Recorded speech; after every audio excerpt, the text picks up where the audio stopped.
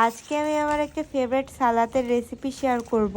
আমার লেটুস পাতা গাছের ভিডিওতে আপনারা অনেকেই জানতে চেয়েছিলেন আমি লেটুস দিয়ে যেই সালাডটা বানাই সেটা কিভাবে বানাই। তাই আজকে ভাবলাম আমার এই সিম্পল রেসিপিটা আপনাদের সাথে শেয়ার করি, যেটা আমি শসা, টমেটো, গাজর, লেটুস পাতা, পেঁয়াজ পাতা সাথে সামান্য একটু ক্যাপসিকাম দিয়ে তৈরি করব।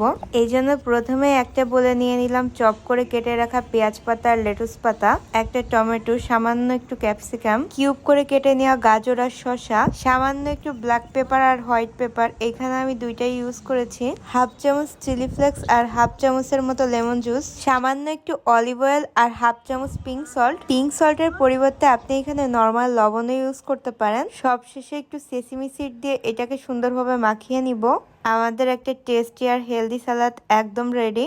আপনারা এখানে আপনাদের ইচ্ছা মতো যে কোনো সবজি অ্যাড করতে পারেন, যেটা কাঁচা খাওয়া যায় আর কি। এই সালাডটা খেতে আমার অনেক বেশি টেস্টি লাগে, আমি মাঝে মধ্যে এটা বানিয়ে খাই।